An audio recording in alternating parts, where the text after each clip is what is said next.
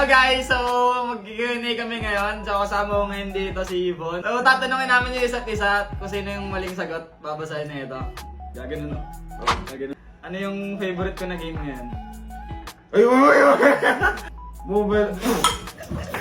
Mali! Genshin Impact yung favorite ko na game ngayon. Ano ka dyan? Game siya naman magtatanong.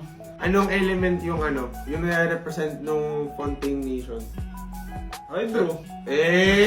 Ano pangalan nung yung bagong boss na sumasayaw nung ballet? Emperor of Fire and Ice Wind!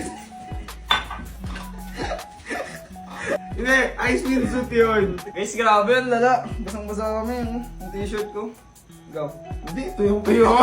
Para siyang Fontaine sa Genshin Impact kasi hydronation dun puro tubig. Kung gusto nyo enjoy yung Genshin Impact guys, click nyo na yung link sa bio ko. Masaya laro yung Genshin Impact legit.